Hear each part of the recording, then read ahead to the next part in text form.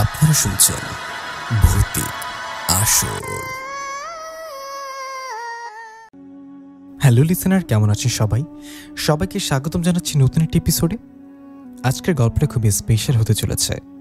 আজকের গল্পটি লিখেছেন জয়নাল আবেদিন সোহান আর কণ্ঠে আছে মিফতি। চলুন শুরু করা যাক এই গল্পটি। কাজল নামের মতোই তার চোখ দুটো ছিল গভীর কালো, তবে মাঝে মাঝে আলো পড়লে তাতে যেন এক নীলচে আভা ঝলসে উঠত। ঢাকার কোলাহলপূর্ণ শহর থেকে বহু দূরে শান্ত মফস্বলের একটি পুরনো বাড়িতে তার বসবাস। কাজল অনার্স দ্বিতীয় বর্ষের ছাত্রী। পড়াশোনার প্রতি তার গভীর মনোযোগ থাকলেও রাতের বেলা সে যেন অন্য এক জগতে প্রবেশ করত। সে প্রায়ই ছাদে একা একা বসে থাকত, আকাশের দিকে তাকিয়ে ফিসফিস করে কথা বলতো, যেন কারোর সাথে তার গোপন যোগাযোগ রয়েছে। কাজল জানত না তার চোখের এই নীলচে আভাই হলো তার জীবনের সবচেয়ে বড় রহস্য। এই আভা ছিল নুরস্তন নামক পরীদের জগতের এক প্রাচীন জাদু চিহ্ন, যা বংশ পরম্পরায় শুধু বিশেষ কিছু মানবীর দেহে জন্ম নেয়। একদিন গভীর রাতে কাজল ছাদে বসেছিল। আকাশ ভর্তি তারা, কিন্তু চাঁদ ছিল না। হঠাৎ চারপাশের বাতাস শান্ত হয়ে এলো, আর তার নাকে এলো কড়া মাদকতাময় চন্দন কাঠের ধোঁয়ার গন্ধ।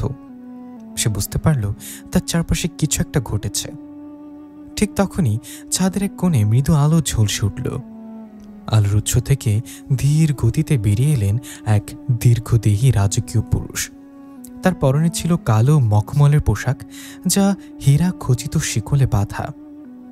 তার চোখ দুটি স্থির, শীতল শীতল এবং ক্ষমতা দিয়ে ভরা। তার চেহারায় আভিজাত্য ছিল, কিন্তু সে আভিজাত্য ছিল কঠোর এবং অহংকারী। কাজলের হৃৎপিণ্ড দ্রুত হতে শুরু করল, কিন্তু সে অবাক হয়ে লক্ষ্য করল তার ভেতরে কোনো ভয় নেই, বরং এক অজানা আকর্ষণ অনুভব করছে সে। কে আপনি? কাজল ফিসফিস করে জিজ্ঞাসা করল। পুরুষটি তার দিকে শীতল দৃষ্টিতে তাকালেন। তার গলার স্বর ছিল গভীর এবং কর্তৃত্বপূর্ণ। কাজল, আমি তোমার নাম জানি। আমার নাম আপনি কি করে জানলেন? আর আপনি কে? পুরুষটি এগিয়ে এলেন। তার প্রতি পদক্ষেপে জাদুকরি কালো পাথর খচিত তার জুতো থেকে মৃদু শব্দ হচ্ছিল। আমার নাম জয়নাল, আমি অঞ্চলের জিন সম্রাট। কাজল অবাক হলো না, বরং তার মনে হলো সে যেন বহু বছর ধরে এই কথাটির জন্য অপেক্ষা করছিল। সে দাঁড়িয়ে গেল। জিন সম্রাট আমার কাছে কি চান? জয়নাল তার কালো চোখ কাজলের নীলচে আভাযুক্ত চোখের উপর স্থির করলেন। আমি তোমাকে দেখতে এসেছি। তোমার নীল চোখের রহস্য, তোমার চোখ আমাকে নুরস্তানের প্রাচীন চুক্তির কথা মনে করিয়ে দেয়। নুরস্তান? কাজল বিভ্রান্ত হলো। সেটা কি? ওটা পরীদের জগৎ। জয়নাল হেসে উঠলেন, এক নিষ্ঠুর বিজয়ীর হাসি। আর আমি সেই রাজ্যর বিনাশকারী। তোমার চোখ আমাকে সেখানে প্রবেশের পথ দেখাতে পারে কাজল। কাজলের মনে হলো সে যেন এক গভীর খাদে তলিয়ে যাচ্ছে। আমি কিছু জানি না। জানবে। জয়নাল বললেন, তুমি আমার সাথে আসবে কাজল, আমার রাজ্যে। সেখানে তুমি শুধু একজন মানবী নও, তুমি হবে আমার মহারানী, আমার পথের চাবি। অথবা তুমি হবে আমার বন্দী। জয়নাল তার হাত বাড়ালেন। তার হাতে ছিল একটি কালো স্ফটিক, যা থেকে বিচ্ছুরিত হচ্ছিল বিপজ্জনক শক্তি।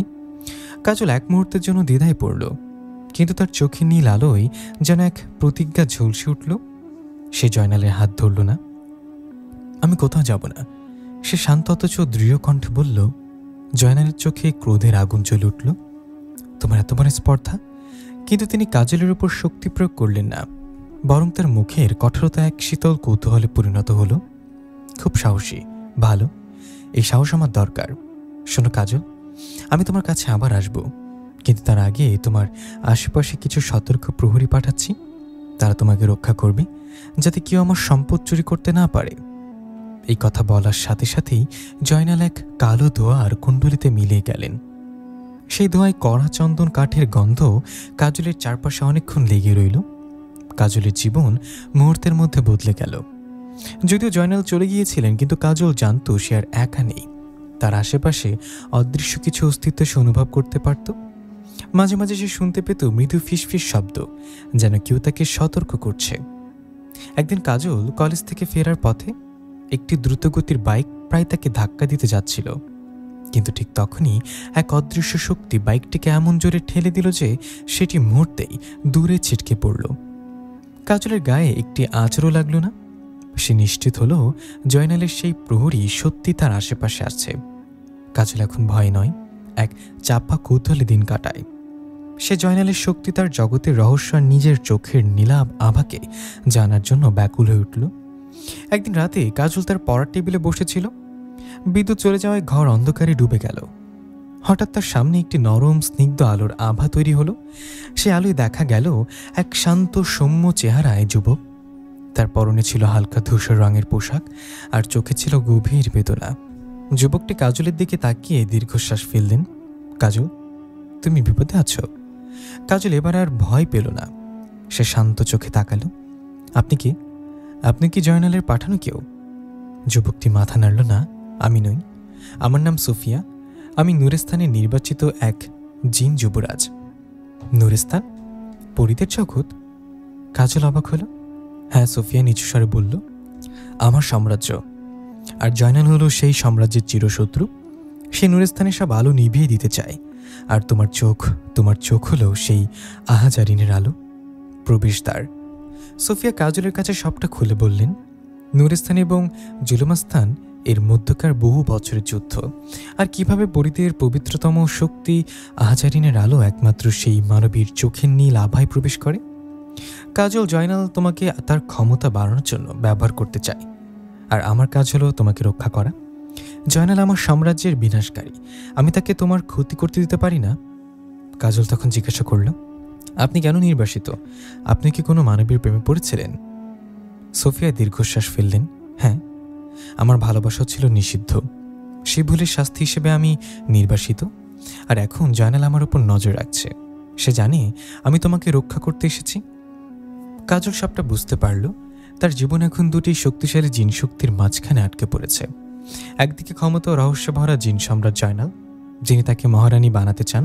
অন্যদিকে সহানুভূতিশীল নির্বাসিত জিন সোফিয়া, যিনি তাকে রক্ষা করতে চান।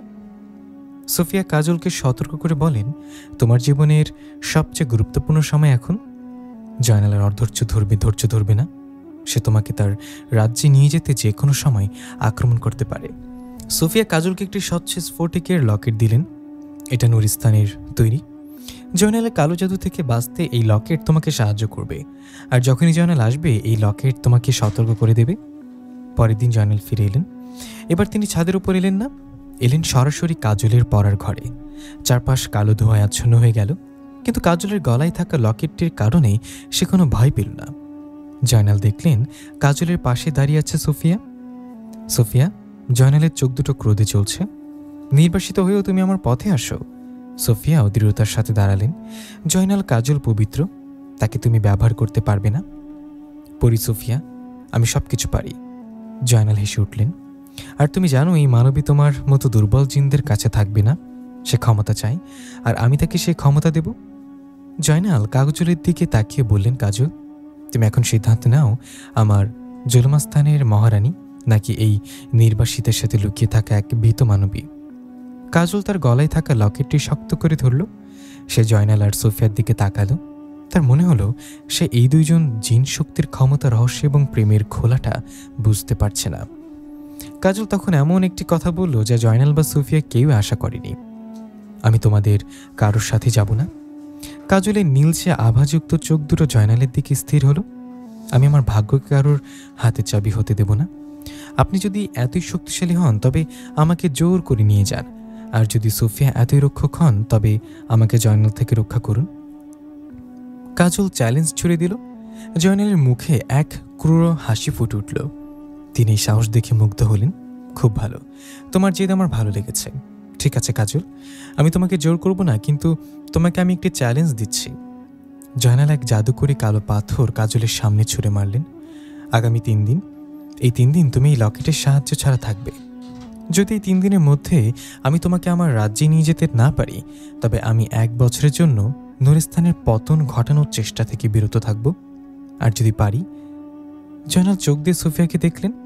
তবে সোফিয়া, এই নির্বাসিত জিন চিরকালের জন্য আমার দাস হয়ে থাকবে, আর তুমি কাজল আমার মহারানী হয়ে আমার রাজ্যের অন্ধকার শাসন করবে। জয়নাল বিজয়ের হাসি এসে বললেন, 3 দিন। তোমার সাহস তোমার ভাগ্য নির্ধারণ করবে কাজল। এই কথা বলেই জয়নাল তার কালো ধোঁয়ার সাথে মিলে গেলেন। সোফিয়াও তার পিছু পিছু অদৃশ্য হয়ে গেলেন কাজলকে রক্ষা করার প্রতিশ্রুতি নিয়ে। কাজল একা দাঁড়িয়ে রইল। তার হাতে ছিল নুরিস্তানের লকেট আর মনে ছিল জিন সম্রাট জয়নালের ভয়ঙ্কর চ্যালেঞ্জ। জয়নালের চ্যালেঞ্জ শুরু হয়ে গেছে। কাজলের হাতে মাত্র সময় 3 দিন। সে এখন লকেট ছাড়া একা, কারণ চ্যালেঞ্জের শর্ত অনুযায়ী সোফিয়াকে দূরে থাকতে হয়েছে। যদিও সোফিয়া প্রতিশ্রুতি দিয়েছিল যে সে কাজলের ওপর নজর রাখবে, কিন্তু জয়নালের জাদুকরী চুক্তির কারণে সে কাজলের খুব কাছে আসতে পারবে না। প্রথম রাতে কাজল তার ঘরে ঘুমাতে পারল না। সে বিছানায় বসে রইল। জানলা দিয়ে আসা চাঁদের ক্ষীণ আলোয় ঘরের জিনিসপত্রগুলো অন্যরকম দেখাচ্ছিল। জয়নাল যে কোনো মুহূর্তে আসতে পারেন, এই ভয়ে তার হৃৎপিণ্ডগুলো লয়ে দ্রুত বাজছিল। রাত তখন প্রায় 2টো। কাজলের ঘরের বাইরে মৃদু শব্দ হলো, যেন কেউ নূপুর পাড়ে হেঁটে যাচ্ছে। কাজল কান খাড়া করল। নূপুরের শব্দটা দরজার কাছে এসে থেমে গেল। কাজল চাপা স্বরে জিজ্ঞাসা করল কি। কোনো উত্তর এলো না। শুধু দরজার ওপাশ থেকে একটি শীতল ফিসফিসানি ভেসে এলো। কণ্ঠস্বরটি ছিল নারীসুলভ, কিন্তু তাতে কোনো মমতা ছিল না, ছিল তীক্ষ্ণ শ্লেষ। কাজল, তোমার চোখ বড় সুন্দর। সম্রাট তোমাকে নিয়ে যাবেন, নুরিস্তানের আলো নিভিয়ে দেবেন। কাজল দ্রুত উঠে দাঁড়ালো। সে বুঝতে পারল এটা জয়নালের পাঠানো কোনো দুর্বল জিন বা তার দাসী। আমি যাব না, কাজল দৃঢ় কণ্ঠে বলল। যাবে। ফিসফিসানিটি হেসে উঠল। সে হাসি ছিল ভয়ঙ্কর। যদি না যাও তবে তোমার প্রিয়জনদের ক্ষতি হবে। এই শহরের সব আলো নিভিয়ে যাবে, যেমন নিভিয়ে যাবে নুরিস্তানের আলো। কাজল মনে মনে আল্লাহর নাম নিতে শুরু করল। সে জানে এই জগতে একমাত্র পবিত্র শক্তি জিনের জাদু প্রতিহত করতে পারে। সে যখন আয়াতুল কুরসি পাঠ শুরু করল তখন ফিসফিসানি থেমে গেল। দরজার ওপাশ থেকে হঠাৎ তীব্র যন্ত্রণায় গঙ্গানি শোনা গেল এবং নূপুরের শব্দ দ্রুত দূরে মিলিয়ে গেল। কাজল স্বস্তির নিঃশ্বাস ফেলল। সে জানত জয়নাল একা আসবেন না, তিনি তার সৈন্য বা দাসদের পাঠাবেন কাজের মানসিক শক্তি ভেঙে দিতে। এই রাতে সে জিতে গেল। কিন্তু সকালে ঘুম থেকে উঠে সে এক ভয়ঙ্কর দৃশ্য দেখল। তার পড়ার টেবিলের ওপর একটি রক্তাক্ত ডানা পড়ে আছে, যেন যে কোনো পাখি নির্মমভাবে ছিঁড়ে ফেলা হয়েছে। ডানাটি ছিল সাদা, কিন্তু তার প্রান্তে ছিল রূপালী সোনালি আভা।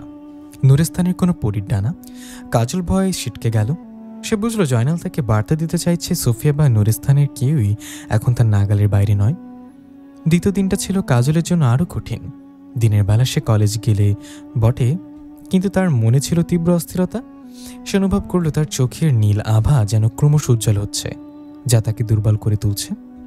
কলেজ শেষ করে ফেরার পথে এক জনশূন্য পার্কের পাশ দিয়ে যাচ্ছিল। সেখানে একটা বেঞ্চে বসেছিল এক বয়স্ক দরিদ্র মানুষ। লোকটার চেহারা দেখে মনে হচ্ছিল সে কয়েকদিন ধরে খায়নি। কাজল তার ব্যাগ থেকে একটি শুকনো বিস্কুটের প্যাকেট বের করে লোকটাকে দিতে গেল। ঠিক তখনই একটা অদৃশ্য শক্তি তাকে ঠেলে সরিয়ে দিল। কাজল, কাছে যেও না। সোফিয়ার সতর্ক কণ্ঠস্বর কানে এলো। কাজল বুঝতে পারল সেই দরিদ্র মানুষটা আসলে জয়নালের পাঠানো কোনো জিন। কিন্তু কেন সোফিয়া? সে তো একজন মানুষ। কাজল বলল, সে মানুষ নয়, সে ছদ্মবেশী জিন। জয়নাল জানে তুমি দয়ালু। সে তোমার এই দুর্বলতাকে ব্যবহার করতে চাইছে। যদি তুমি তাকে স্পর্শ করো তবে তুমি জয়নালের জাদুকরী চুক্তির জালে আটকে যাবে। সোফিয়া সতর্ক করলেন, আজকের দিনটা তোমার মনকে দুর্বল করার দিন কাজল। জয়নাল তোমার ভয় নয়, তোমার দয়া ব্যবহার করবে। কাজল তখন সেই লোকটির দিকে তাকালো। লোকটি তার দিকে করুণ চোখে তাকিয়েছিল। কাজল লকেটের অনুপস্থিতিতে নিজেকে নিয়ন্ত্রণ করে ফিরে এলো, কিন্তু তার মন ভারাক্রান্ত হয়ে রইল। সে কি সত্যি একজন ক্ষুধার্ত মানুষকে সাহায্য করার সুযোগ ছাড়ালো, নাকি নিজের জীবন রক্ষা করল? রাতে যখন কাজল ঘুমাতে গেল তখন সে স্বপ্নে সে দেখল সোফিয়া একটি অন্ধকার বরফ জমা গুহায় বন্দী। তার শরীরের শিকল আর তার চোখ থেকে রক্ত ঝরছে। সোফিয়া ফিসফিস করে কাজলের নাম ধরে ডাকছে, সাহায্যের জন্য আকুতি জানাচ্ছে। কাজলের ঘুম ভেঙে গেল। সে হাঁপাতে লাগলো। এটি কি সত্যি সোফিয়ার ব্যবস্থা, নাকি জয়নালের তৈরি একটি মানসিক বিভ্রম? তার মনের দ্বন্দ্বে সে কেঁদে ফেলল।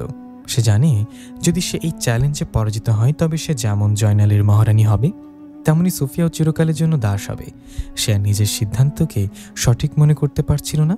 সে কাপা হাতে জয়নালের দেয়া সেই স্ফটিকের দিকে হাত বাড়ালো। সে কি আত্মসমর্পণ করবে? কাজল যখন প্রায় হতাশ হয়ে সেই স্ফটিককে হাতে নিয়ে যাচ্ছিল, ঠিক তখনই তার ঘরের মধ্যে কালো ধোঁয়ার তীব্র কুণ্ডলী তৈরি হলো। এবার আর কোনো ফিসফিসানি নয়, এবার এলেন স্বয়ং জিন সম্রাট জয়নাল। তার চোখে ছিল এক শীতল বিজয়ের হাসি। সময় শেষ কাজল, জয়নাল বললেন। তৃতীয় রাত, তুমি 2 রাত পার করেছ। তোমার সাহস আমাকে মুগ্ধ করেছে, কিন্তু এখন তোমার এই সাহস আমাকে আমার ক্ষমতাকে চ্যালেঞ্জ করতে পারবে না।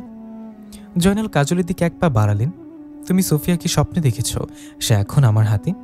যদি তুমি আমার সাথে না যাও তবে তোমার চোখ থেকে আমি আহজারিনের আলো বের করে নেব, আর সোফিয়ার যন্ত্রণাও দ্বিগুণ হবে।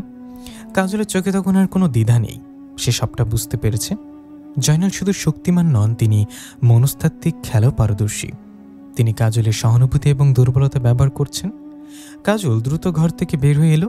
জয়নাল তার পিছু নিলেন। কোথায় যাচ্ছ কাজল? পালানোর চেষ্টা বৃথা, জয়নাল হাসলেন। কাজল ছাদে গিয়ে দাঁড়ালো, জয়নাল ঠিক তার পেছনে। তিনি তার হাত বাড়ালেন কাজলের নীল চোখ থেকে আলো ছিনিয়ে নিতে। এখন তুমি আমার কাজল, জয়নাল বললেন। কাজল জয়নালের মুখোমুখি হলো। সে নিজেকে বাঁচানোর জন্য কোনো জাদুতে বিশ্বাস করল না, বিশ্বাস করল শুধু নিজের ইচ্ছা শক্তিকে। আমি কারণ নই জয়নাল, কাজল দৃঢ় কণ্ঠে বলল। আমি আমার নিজের, আর আমার চোখের আলো আপনি ছিনে নিতে পারবেন না, কারণ আমার চোখের আলো নুরস্থানের জাদু নয়, আমার চোখের আলো হলো আমার ঈমান। কাজল তখন সর্বশক্তি দিয়ে কোরআনে সে আয়াতটি পাঠ করল যা সে শৈশবে শিখেছিল, আল্লাহু লা ইলাহা ইল্লা হুয়াল হাইয়ুল কাইয়ুম। কাজলের কণ্ঠস্বর প্রতিধ্বনিত হল, আর তার চোখ থেকে সেই নীল আভা সহস্র গুণের বেশি উজ্জ্বল হয়ে জ্বলে উঠল, এতটাই উজ্জ্বল যে জয়নালের কালো পোশাক এবং তার চোখ দুটো সেই আলোর সামনে তীব্র যন্ত্রণায় কুঁকড়ে গেল। জয়নাল আর্তনাদ করে পিছু হাঁটলেন। তিনি দেখলেন কাজলের নীল চোখ থেকে যে আলো বের হচ্ছে তা তার কালো জাদুর সমস্ত শক্তিকে নিস্তেজ করে দিচ্ছে। এটা কি? এই শক্তি নুরস্থানের নয়, এই শক্তি পরিদের নয়। জয়নাল যন্ত্রণায় চিৎকার করলেন। না জয়নাল, সোফিয়ার কণ্ঠস্বর তখন দূর থেকে ভেসে এলো। এটি ঈমানের আলো, যা তোমার কালো জাদুর থেকেও শক্তিশালী। তুমি পরাজিত। জয়নাল তার পরাজয় মেনে নিতে পারলেন না।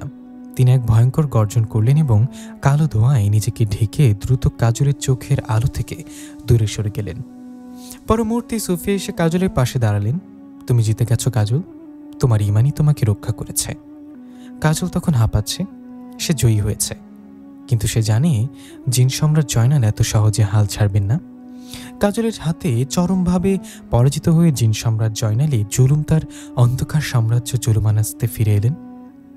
তার চোখ ছিল খুব জলজন্ত, কারণ তিনি একটি সাধারণ মানবীর কাছে পরাজিত হয়েছেন, এমন এক শক্তি দ্বারা যা তার কালো জাদুর সম্পূর্ণ বিপরীত। তিনি তার সিংহাসনে বসেছিলেন, তার চারপাশে তিনি কালো পাথরের দেয়াল আর ছাদ থেকে ঝুলে থাকা শিকলবন্দি ছিল তার প্রধান সেনাপতি জহির। জহির কাজলের কাছে জয়নালের পরাজয়ের খবর শুনে হাসি চেপে ধরে রাখতে পারেনি, আর তার শাস্তি হিসেবে এখন সে বন্দী। জয়নাল গম্ভীর কণ্ঠে বললেন, জহির তুমি হাসছিলে? জহির হাঁটু গেড়ে বসল। মহারাজ, আপনার পরাজয় নেই, কিন্তু সেই মানবীর সাহসে সে একাই আপনার 3 দিনের চ্যালেঞ্জ জয় করেছে। আমি শুধু অবাক হয়েছি। নীরব হও, জয়নাল গর্জে উঠলেন। কাজলকে পরাজিত করতে হবে, তার সীমানের আলো নিভিয়ে দিতে হবে, কিন্তু নুরস্থানের চুক্তি অনুযায়ী আমি এখন 1 বছরের জন্য সেই সাম্রাজ্যর পতন ঘটাতে বা কাজলের উপর সরাসরি আক্রমণ করতে পারবো না। তবে কি আমরা অপেক্ষা করব মহারাজ? জহির জিজ্ঞাসা করল। জয়নাল এক ক্রূর হাসি হাসলেন। না, আমরা অপেক্ষা করব না। চুক্তি আমাকে নুরস্থানে সরাসরি আক্রমণ করতে বারণ করেছে, কিন্তু আমাকে তৃতীয় এক পক্ষকে ব্যবহার করতে তো বারণ করেনি। জয়নাল তার জাদুকরি তলোয়ারটি বের করলেন। তলোয়ারের ডগা থেকে বেরিয়ে এলো কালো ধোঁয়ার মতো শক্তি। জয়নাল সেই শক্তির সাহায্যে আহাজারিনের আলো সংক্রান্ত প্রাচীন পুঁথি খুললেন। তিনি সেই পুঁথিতে খুঁজছিলেন এমন এক জিনের নাম যে নুরস্থান আর জুলমানাস্তান উভয়কে ঘৃণা করে। তিনি একটি নাম পেলেন, ফারাজ। একসময় সে ছিল নুরস্থানের শ্রেষ্ঠ জাদুকর, কিন্তু ক্ষমতার লোভে সে শয়তানের উপশাক হয়েছিল এবং নির্বাসিত হয়েছিল। জয়নাল তখনই ফারাজকে উদ্দেশ্য করে এক বিশেষ ধরনের কালো জাদু নিক্ষেপ করেন। অন্ধকার আকাশে ফারাজের সাথে জয়নালের এক গোপন চুক্তি হলো। চুক্তি অনুযায়ী ফারাজ কাজলের কাছে যাবে। কাজলের ঈমানের আলো দুর্বল করার জন্য সে কাজলের মনের ভেতর লোভ, সন্দেহ এবং অহংকার ঢুকিয়ে দেবে। একবার কাজলের মন দুর্বল হলে তার চোখে নীল আলো নিভে যাবে, আর তখন জয়নাল চুক্তি ভেঙে কাজলের উপর চূড়ান্ত হামলা করতে পারবেন। বিনিময়ে ফারাজকে দেয়া হবে নুরস্থানের অর্ধেক সিংহাসন। ফারাজ রাজি হলো। এদিকে কাজল সোফিয়ার সাথে একটি নিরাপদ স্থানে চলে এসেছে। সোফিয়া তাকে তার পুরনো পরিত্যক্ত বাসস্থানে নিয়ে গেলেন, যা ছিল মানব জগৎ এবং নুরস্থানের প্রবেশদ্বারের মাঝামাঝি এক জাদুকরী গুহা। সোফিয়া কাজলের হাতে থাকা লকেটটি আবার ফিরিয়ে দিলেন। জয়নাল এখন সরাসরি আক্রমণ করবে না, কিন্তু সে চুপ করে বসেও থাকবে না। সে অন্য কোনো উপায় খুঁজবে। তোমাকে এখন নুরস্থানে যেতে হবে কাজল। সেখানে তুমি সুরক্ষিত থাকবে এবং তোমার চোখের আলোর সাহায্যে রহস্য উন্মোচন করতে পারবে। কাজল তখন জিজ্ঞাসা করলো, আপনি কেন আমাকে রক্ষা করতে এত ঝুঁকি নিচ্ছেন সোফিয়া? আপনি তো নির্বাসিত, আপনার তো নুরস্থানের প্রতি কোনো দায় নাই। সোফিয়া একটি দীর্ঘশ্বাস ফেললেন। আমার দায় হয়তো নুরস্থানের প্রতি নেই কাজল, কিন্তু আমার দায় আছে পবিত্রতার প্রতি, ন্যায়ের প্রতি। আর তোমার চোখের সেই আলো, ওটা আমাদের সাম্রাজ্যের বহু মূল্যবান সম্পদ। তাছাড়া জয়নাল আমার সেই ভুল ভালোবাসার প্রতিশোধ নিতে চায়। আমি তার কাছে হার মানতে পারি না। সোফিয়া কাজলকে নিয়ে নুরস্থানের পথে রওনা হলেন। পথটি ছিল দুর্গম, জাদুকরী গাছপালা এবং রহস্যময় আলোয় ঘেরা। লকেটটি কাজলের হাতে থাকার কারণে তারা দ্রুত সেই প্রবেশদ্বারের দিকে পৌঁছাতে পারল। নুরস্থানে প্রবেশ করার মুহূর্তেই সোফিয়া কাজলকে সতর্ক করলেন, নুরস্থানের সম্রাট আল নূর তোমাকে সহজে মেনে নেবেন না, কারণ তুমি একজন মানবী আর তোমার চোখে রয়েছে সেই আলো যা তাদের কাছে অত্যন্ত পবিত্র, কিন্তু বিপদ ডেকে আনতে পারে। তোমাকে সবসময় সতর্ক থাকতে হবে। তারা নুরস্থানে প্রবেশ করলো। সেই জগৎ ছিল সত্যি বর্ণনাতীত। প্রতিটি কণায় স্ফটিকের মতো স্বচ্ছ আলো, বাতাস সুগন্ধে ভরা এবং চারপাশে কেবল শান্ত শুভ্র জীর্ণ পরিদের আনাগোনা। সোফিয়া কাজলকে নিয়ে সরাসরি গেলেন সম্রাট আল নূরের রাজদরবারে। সম্রাট আল নূর ছিলেন শান্ত, কিন্তু তার চোখে ছিল তীক্ষ্ণ এবং বিচক্ষণ। কাজলকে দেখে রাজদরবারের সবাই বিস্মিত হলো, কারণ এক মানবী তাদের পবিত্র রাজ্যে প্রবেশ করেছে। সম্রাট আল নূর সোফিয়াকে দেখে ক্রোধ দমন করলেন। সোফিয়া, তুমি নির্বাসিত, আর তুমি কিভাবে একজন মানবীকে আমাদের রাজ্যে নিয়ে এলে? তুমি আমাদের আইন ভেঙেছ। মহারাজ, সোফিয়া হাঁটু গেড়ে বসলেন। আমি আপনার কাছে শাস্তি চাইতে আসিনি, এসেছি নুরস্থানকে রক্ষা করতে। এই মানবী কাজল তার চোখের নীল আলো আমাদের রাজ্যর আহাজারিনের আলো প্রবেশদ্বার। জিন সম্রাট জয়নালাকে ব্যবহার করে আমাদের রাজ্যের পতন ঘটাতে চেয়েছিল, কিন্তু কাজলের ইমানের শক্তি তাকে পরাজিত করেছে।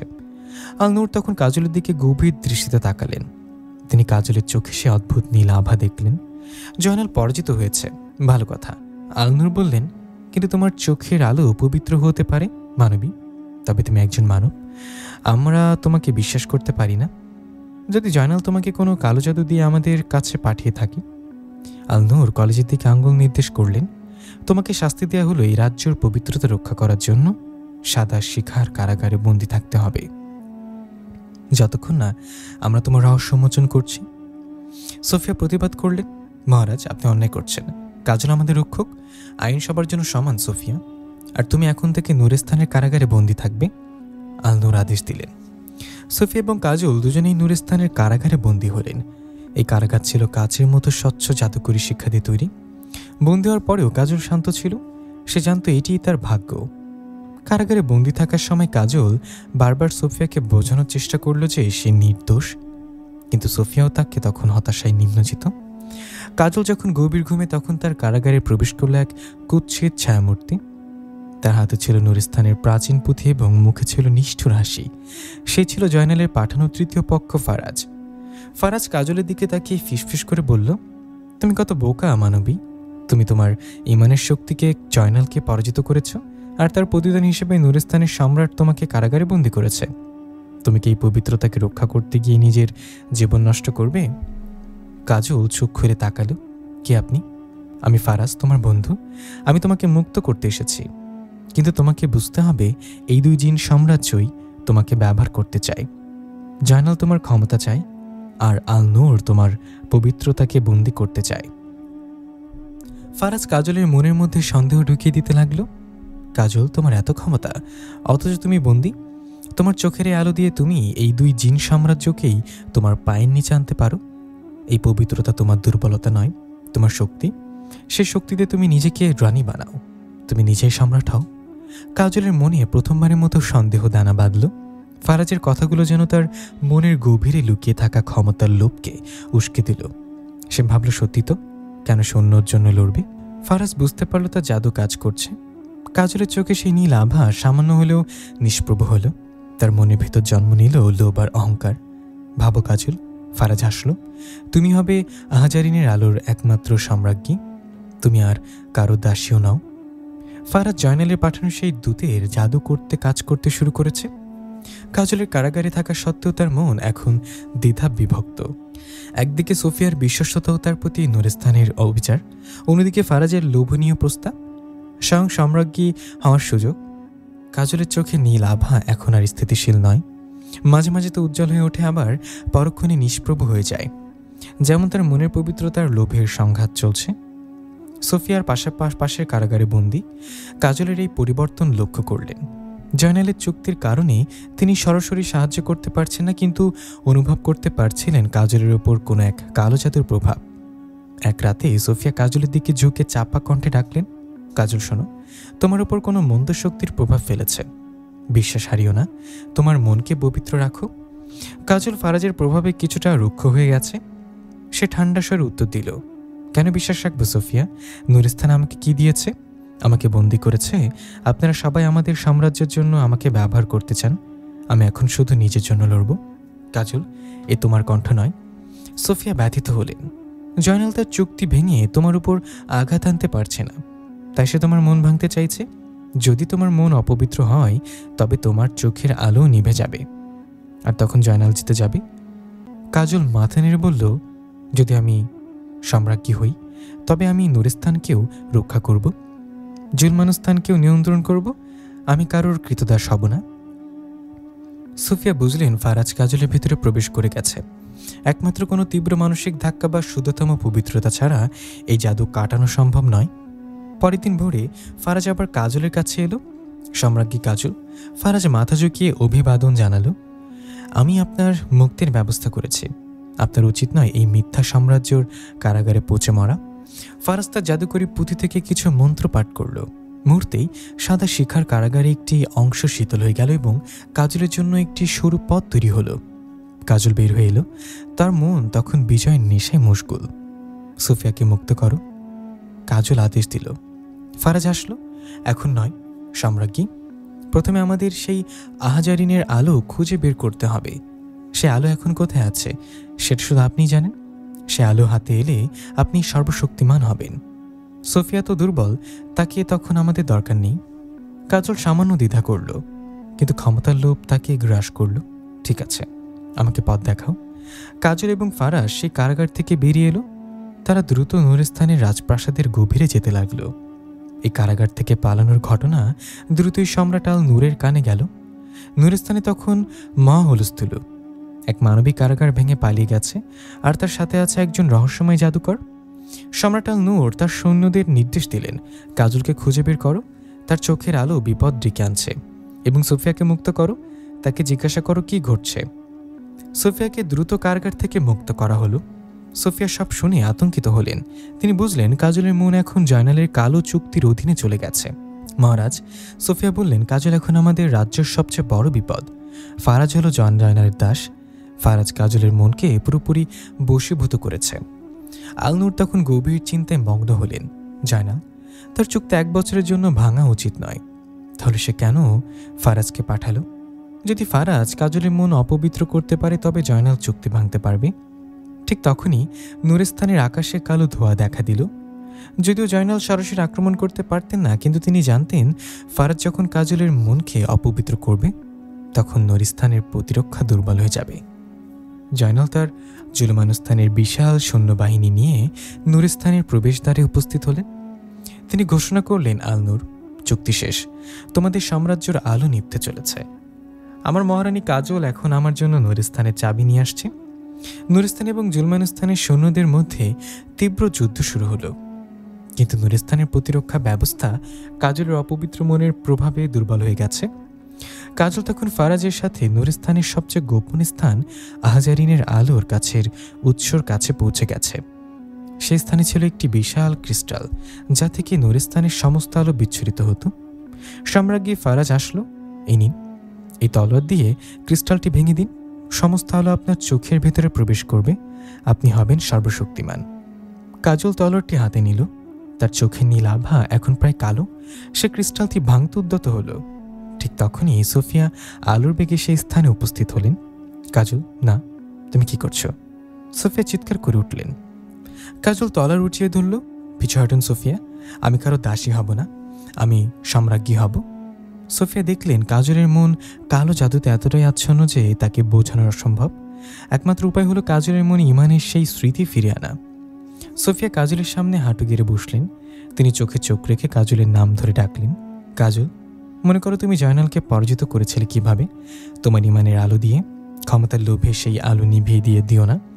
তুমি একজন মানবী, কিন্তু তোমার হৃদয়ে সে আলো আছে যা জয়নালের চেয়েও শক্তিশালী। সোফিয়া তখন আল্লাহর নাম নিয়ে নিজের সমস্ত শক্তি দিয়ে কাজলের চোখের দিকে তাকিয়ে নুরস্থানের সবচেয়ে পবিত্রতম মন্ত্র উচ্চারণ করতে লাগলেন। কাজলের মাথায় তখন তীব্র যন্ত্রণা শুরু হলো। ফারাজের জাদু আর সোফিয়ার পবিত্র মন্ত্রের মধ্যে তার মন যেন দুই ভাগে ভাগ হয়ে যাচ্ছিল। হঠাৎ তার মনে পড়ল সে কিভাবে ভয় না পেয়ে জয়নালকে চ্যালেঞ্জ করেছিল। মনে পড়ল কিভাবে সে একা থাকার সময় আল্লাহর নাম নিয়েছিল। কাজলের চোখে নীল আভা আবার উজ্জ্বল, স্থিতিশীল ও পবিত্র হয়ে উঠল। ফারাজের কালো জাদু চূর্ণ বিচূর্ণ হয়ে গেল। না, ফারাজ চিৎকার করে উঠল। তার শরীর থেকে কালো ধোঁয়া বের হতে লাগলো। কাজল, তুমি আমার পরিকল্পনাটা নষ্ট করলে। কাজল তার হাতে তলোয়ারটি ছুঁড়ে ফেলে দিল। তার মন এখন মুক্ত, তার চোখ এখন শান্ত। আমি কারো দাসী হব না ফারাজ, কাজল শান্ত কণ্ঠে বলল। আমি আমার রবের দাসী, আর আমার আলো কখনোই নিভবে না। কাজলের চোখের সেই পবিত্র নীল আলো ফারাজকে আঘাত করল। ফারাজ যন্ত্রণায় চিৎকার করতে করতে কালো ধোঁয়ায় মিলিয়ে গেল। তার পরাজয় নিশ্চিত হলো। কাজলের চোখের আলো তখন সেই ক্রিস্টালে প্রবেশ করল, কিন্তু আলো ভাঙল না, বরং আহাজারিনের আলো বহুগুণে শক্তিশালী হয়ে উঠল। ঠিক সেই মুহূর্তে জয়নাল তার সৈন্য নিয়ে সেই স্থানে এসে পৌঁছালেন। তিনি দেখলেন নুরস্থানের আলো নিভে যায়নি, বরং আরও শক্তিশালী হয়েছে, আর ফারাজ পরাজিত হয়েছে। কাজল, জয়নাল ক্রোধে চিৎকার করলেন, তুমি আমার সাথে প্রতারণা করলে। কাজল যখন আহাজারিনের আলোর পবিত্রতা পুনরুদ্ধার করল, ঠিক তখনই জিন সম্রাট জয়নালী জুলুম তার বিশাল সৈন্যবাহিনী নিয়ে সেই স্থানে এসে পৌঁছালেন। নুরস্থানের আলো শক্তিশালী হলেও জুলুমান স্থানের কালো জাদুতে ভরা সৈন্যদের আগমন পুরো পরিবেশকে বিষাক্ত করে তুলল। জয়নাল দেখলেন তার সমস্ত পরিকল্পনা ব্যর্থ, ফারাজ পরাজিত, আর কাজলের চোখে সেই নীল আলো এখন আরও তীব্র। কাজল, জয়নাল চিৎকার করলেন, তুমি আমার সাথে বারবার প্রতারণা করেছ। তুমি আমার মহারানী হতে পারতে, কিন্তু তুমি নির্বাসিত সোফিয়ার পথ বেছে নিলে। এর জন্য তোমাদের মূল্য দিতে হবে। জয়নাল তার তলোয়ার উঁচিয়ে ধরলেন। তার সৈন্যদের আদেশ দিলেন, আক্রমণ। নুরস্থানের আলো নিভে দাও, এই মানবীকে আমার কাছে ধরে আনো। চারপাশ থেকে জুলমেনস্থানের কালো জিন সৈন্যরা নুরস্থানের শুভ্র জিন সৈন্যদের ওপর ঝাঁপিয়ে পড়ল। সে স্থান মুহূর্তেই এক ভয়াবহ রণক্ষেত্রে পরিণত হল। এদিকে সম্রাট আল নূর এবং সোফিয়া দ্রুত কাজলের কাছে এলেন। কাজল, তুমি আমাদের রক্ষা করেছ। আল নূর কৃতজ্ঞতা প্রকাশ করলেন, কিন্তু জয়নালের সৈন্য সংখ্যা অনেক বেশি। আমরা প্রতিরোধ করেছি, কিন্তু তুমি একা এখানে বিপদে পড়বে। মহারাজ, আমার চোখের আলো এখন আপনাদের শক্তি। কাজল বলল, কিন্তু যুদ্ধ দিয়ে নয়, জয়নালকে পরাজিত করতে হবে সেই শক্তি দিয়ে, যা সে ভয় পায়, ভালোবাসা আর ক্ষমা। কাজল তখন সোফিয়ার দিকে তাকালো। সোফিয়া, আপনি জয়নালকে পরাজিত করতে পারবেন? আপনার হাতে সে শক্তি আছে? সোফিয়া বিভ্রান্ত হলেন। আমি তো নির্বাসিত, আমি জয়নালকে কিভাবে পরাজিত করব? কাজল তখন সোফিয়ার দিকে এগিয়ে গেল। সোফিয়া, আপনি জয়নালের দাস হতে চাননি কারণ আপনি নুরস্থানকে ভালোবাসেন। আপনি আমাকে রক্ষা করতে চেয়েছিলেন কারণ আপনার মন পবিত্র। জয়নালকে পরাজিত করার একমাত্র উপায় হলো তাকে আপনার সেই পবিত্রতাকে স্পর্শ করতে বাধ্য করা। জয়নাল তখন যুদ্ধক্ষেত্র ভেদ করে কাজলের দিকে এগিয়ে আসছিলেন। কাজল শেষবারের মতো সুযোগ দিচ্ছে, আমার কাছে এসো, নাইলে তোমার এই রক্ষককে আমি চিরকালের জন্য শেষ করে দেব। জয়নাল গর্জন করলেন। সোফিয়া কাজলের দিকে তাকালেন। তিনি বুঝতে পারলেন কাজল কি বলতে চাইছে। জয়নাল তাদের প্রেমের শক্তিকে দুর্বলতা মনে করে, কিন্তু সে প্রেমই এখন তাদের বক্ষান্তর। সোফিয়া এক মুহূর্তে সিদ্ধান্ত নিলেন। তিনি আল নূর এবং কাজলের সামনে এগিয়ে গিয়ে জয়নালের পথে দাঁড়ালেন। জয়নাল, সোফিয়া শান্ত কণ্ঠে ডাকলেন, তোমার ক্রোধ, তোমার জুলুম শেষ করো। তোমার হাতে শক্তি আছে, কিন্তু তুমি সে শক্তির অপব্যবহার করেছ। তুমি কি চাও জুলমানস্থানকে শ্রেষ্ঠ বানাতে? জয়নাল তখন চরম ক্রোধে অন্ধ। তিনি সোফিয়ার কথার কোনো গুরুত্ব দিলেন না। আমি চাই ক্ষমতা, আর আমি চাই তোমার পরাজয়। জয়নাল তার সমস্ত কালো শক্তি কেন্দ্রীভূত করে সোফিয়ার দিকে নিক্ষেপ করলেন। সোফিয়া নিজেকে রক্ষা করলেন না, তিনি মাথা নিচু করে সেই শক্তি গ্রহণ করলেন, যেন স্বেচ্ছায় মৃত্যুকে আলিঙ্গন করছেন। না, কাজল চিৎকার করে উঠল। সোফিয়া যখন জয়নালের কালো শক্তি গ্রহণ করলেন তখন কাজলের চোখে নীল আলো তীব্রতম রূপে জ্বলে উঠল। সোফিয়া পবিত্র আত্মা এবং কাজলের ইমানের আলো এক হয়ে গেল। মুহূর্তে জয়নালের নিক্ষিপ্ত সেই কালো শক্তি শুভ্র আলোতে রূপান্তরিত হলো এবং তা জয়নালের দিকে ফিরে গেল। জয়নাল বিস্মিত হলেন। তিনি তার নিজেরাই তার কালো শক্তিকে শুভ্র রূপে ফিরে আসতে দেখলেন।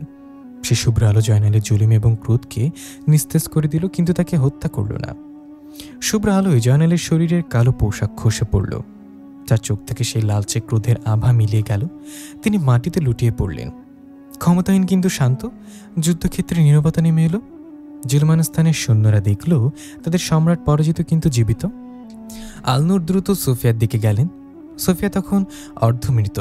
সোফিয়া, তুমি কেন আত্মত্যাগ করলে? আলনুর ব্যথিত হলেন। সোফিয়া শেষবারের মতো কাজলের দিকে তাকালেন। তার চোখে ছিল এক গভীর তৃপ্তি। কাজল, তুমি আমার ভালোবাসার মূল্য দিলে, নুরস্থান সুরক্ষিত। এই কথা বলতে বলতেই সোফিয়ার প্রাণবায়ু চিরকালের জন্য মিলে গেল। কাজল কান্নায় ভেঙে পড়ল। সে জানত সোফিয়া তাকে রক্ষা করার জন্য আত্মত্যাগ করেছেন। সম্রাট আল নূর তখন জয়নালের দিকে তাকালেন। জয়নাল তখন স্থির হয়ে মাটিতে বসেছিলেন। তার চোখ থেকে অনুশোচনার জল ঝরছিল। আলনুর ঘোষণা করলেন, জয়নাল, এই জুলুম, তোমার জুলুম শেষ হলো, কিন্তু তোমার ওপর কোনো শাস্তি কার্যকর করা হবে না, কারণ সোফিয়ার আত্মত্যাগ তোমাকে শুদ্ধ করেছে। এখন থেকে জুলুমানুস্থান এবং নুরস্থান উভয় সাম্রাজ্যের মধ্যে শান্তি বজায় থাকবে। আলনুর তখন কাজলের দিকে ফিরলেন। মানবিক কাজল, তুমি তোমার ইমানের শক্তি এবং তোমার পবিত্র আত্মার মাধ্যমে নুরস্থানকে রক্ষা করেছ। তোমার চোখের আলো আহাজারিনের আলোকে নতুন শক্তি দিয়েছে। এখন থেকে নুরস্থান তোমার কাছে ঋণী। আলনুর কাজলের হাতে নুরস্থানের পবিত্র মুকুট তুলে দিলেন। তুমি আমাদের নতুন মহারানী হবে কাজল। তোমার পবিত্রতা আমাদের সাম্রাজ্যকে শাসন করবে। কাজল সেই মুকুট গ্রহণ করলেন। কাজল নুরস্থানের মহারানী হলেন। তার চোখে সেই নীল আভা এখন আর শুধু পবিত্রতার প্রতীক নয়, তা হলো ন্যায় এবং ক্ষমতার প্রতীক। জয়নাল তার জুলমানুস্থানে ফিরে গেলেন। তবে এবার আর তিনি সম্রাট নন, তিনি একজন শান্ত জিন। তিনি প্রতিজ্ঞা করলেন তিনি আর সাম্রাজ্যকে ভালোবাসার আলোয় আলোকিত করবেন। তিনি কখনোই কাজলের রাজ্য হস্তক্ষেপ করবেন না। কাজল তার মহারানীর দায়িত্ব পালন করতে লাগলেন। তিনি দুটি সাম্রাজ্যের মধ্যে শান্তি স্থাপন করলেন, যা জিনদের ইতিহাসে বিরল ছিল। একদিন রাতে কাজল সেই ছাদে ফিরে এলেন যেখানে তার জীবন বদলে গিয়েছিল। তিনি আকাশের দিকে তাকিয়ে ফিসফিস করে বললেন, ধন্যবাদ সোফিয়া, আপনি আমাকে শিখিয়েছিলেন যে সত্যিকারের শক্তি ক্ষমতা বা জাদু নয়, তা হলো মানুষের ভেতরের পবিত্রতা। কাজল জানত সোফিয়ার ভালোবাসায় তাকে রক্ষা করেছে, তার আত্মত্যাগী জয়নালকে পরাজিত করেছে। কাজল এখন নুরস্থানের মহারানী। যদিও সে মানব জগৎ থেকে এসেছে, কিন্তু তার হৃদয়ের পবিত্রতা তাকে এই জাদুকরী জগতের শ্রেষ্ঠ সর্বশ্রেষ্ঠ শাসকে পরিণত করেছে। তার চোখে সেই নীল আলো চিরকাল জ্বলতে থাকল। জিন সম্রাট জয়নালের প্রতি তার ক্ষমা এবং সোফিয়ার প্রতি তার চিরন্তন ভালোবাসার প্রতীক হয়ে কাজলের সিংহাসনে আরোহণের পর নুরস্থান এবং জুলমানুস্থানের মধ্যে শান্তি স্থাপন হয়েছে। এই শান্তি ছিল অদ্ভুত। দুটি সাম্রাজ্যের মধ্যে কোনো যুদ্ধ ছিল না, কিন্তু কোনো মিত্রতাও ছিল না। তারা একে অপরের থেকে নিজেদের গুটিয়ে নিয়েছিল। জিন সম্রাট জয়নালি জুলুম আর এখন সম্রাট নন। তিনি তার জুলমানুস্থানের কালো প্রাসাদেই বাস করেন, কিন্তু তার হৃদয়ে এখন আর ক্রোধের আগুন নেই, আছে গভীর অনুশোচনা। কাজলের পবিত্রতা এবং সোফিয়ার আত্মত্যাগ তাকে এতটাই আঘাত করেছে যে তিনি সম্পূর্ণ নিস্তব্ধ হয়ে গেছেন। তিনি নিজের সাম্রাজ্যের সব কালো জাদু নিস্তেজ করে দিয়েছেন এবং তার জুলমানুস্থানের কালো আলো এখন ম্লান হয়ে এসেছে। জয়নাল অনুভব করেন তার অস্তিত্বের গভীরে কোথাও এখনও সেই ঘৃণার ক্ষমতা আঁকড়ে থাকার ইচ্ছে লুকিত আছে। তিনি চান প্রায়শ্চিত্ত করতে, কিন্তু জানেন না কিভাবে করবেন। একদিন জয়নাল একা তার প্রাসাদের ছাদের উপর বসেছিলেন। জুলমানুস্থানের আকাশ সবসময় কালো মেঘে ঢাকা থাকত, কিন্তু সেদিন মেঘ ভেদ করে চাঁদের এক ফালির আলো তার মুখে এসে পড়ল। ঠিক তখনই নুরস্থান থেকে এক দূত এলো। দূতটি কোনো জিন বা পরী নয়, স্বয়ং মহারানী কাজল। জয়নাল অবাক হলেন। মহারানী কাজল আমার এই অন্ধকার জগতে আসার সাহস করলেন। কাজল শান্তভাবে এগিয়ে গেলেন। তার চোখে সেই নীল আলোয় জয়নালের মনে সামান্য হলেও শান্তি এলো। আমি আপনাকে দেখতে এসেছি জয়নাল, কাজল বললেন। আপনার অনুশোচনা কি সত্যি, নাকি এটা আপনার নতুন কোনো খেলা? জয়নাল মাথা নিচু করলেন। আমার খেলা শেষ কাজল। সোফিয়া আত্মত্যাগ আমার সমস্ত অহংকার চূর্ণ করেছে। আমি এখন ক্ষমতাহীন এবং লজ্জিত। কাজল বললেন, যদি তাই হয় তবে আপনার জুলমানুস্থানকে কেন অন্ধকার করে রেখেছেন? আপনার অনুশোচনা প্রমাণ করুন। আপনার জুলমানুস্থানেও আলো ফিরিয়ে আনুন। জয়নাল হতাশ কণ্ঠে বললেন, আমি চাইলেও এখন আর জুলমানস্থানে আলো ফিরে আনতে পারবো না কাজল। সুফিয়ার আত্মত্যাগ আমাকে পবিত্র করেছে ঠিকই, কিন্তু জুলমানস্থানের মাটি বহুকাল ধরে কালো জাদুতে অভিশপ্ত। আমি সম্রাট থাকাকালীন একটি প্রাচীন চুক্তি করেছিলাম, যার ফলে আমাদের রাজ্যের আলো কখনোই শুভ্র হবে না। জয়নাল জানালেন, জুলমানস্থানের আলো ফেরাতে হলে নুরস্থানের জীবন্ত জলের ঝর্ণা থেকে বিশেষ প্রক্রিয়ায় মন্ত্রপুত জল এনে সেই অভিশপ্ত মাটিতে ছিটাতে হবে। কিন্তু সেই ঝর্ণা এতটাই পবিত্র যে জুলমানস্থানের কোনো জিন সেখানে প্রবেশও করতে পারবে না। কাজল বুঝলেন এটি জয়নালের প্রায়শ্চিত্ত করার সুযোগ। ঠিক আছে জয়নাল, কাজল দৃঢ় কণ্ঠে বললেন, আমি আপনাকে সেই জল এনে দেব, কিন্তু বিনিময়ে আপনাকে নুরস্থানের প্রতি আপনার আনুগত্য প্রমাণ করতে হবে।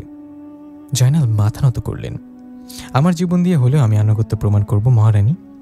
কাজল নুরস্থানে ফিরে এলেন এবং সম্রাট আল নূরের কাছে বিষয়টি জানালেন। আল নূর প্রথমে রাজি হলেন না। জুলমানস্থানকে বিশ্বাস করা তার পক্ষে সম্ভব ছিল না। কাজল বললেন, যদি আমরা জয়নালকে সাহায্য না করি তবে জুলমানস্থানের অন্ধকার আরও বাড়বে এবং সেই অন্ধকার একদিন নুরস্থানকেও গ্রাস করবে। শান্তি স্থাপন করতে হলে শুধু যুদ্ধ থামানো যথেষ্ট নয়, আমাদের শত্রু হৃদয়কেও জয় করতে হবে। আলনুর কাজলের প্রজ্ঞা দেখে মুগ্ধ হলেন। তিনি কাজলের হাতে নুরস্থানের জীবন্ত জলের ঝর্ণা থেকে বিশেষ পাত্রে পবিত্র জল তুলে দিলেন। কাজল যখন সেই জল নিয়ে জুলমানস্থানে ফিরে এলেন তখন জয়নাল সেই জল গ্রহণে দ্বিধা করলেন, কারণ এই জল ছিল তার রাজ্যর অভিশাপ দূর করার একমাত্র উপায়। জলপান করুন জয়নাল, কাজল বললেন।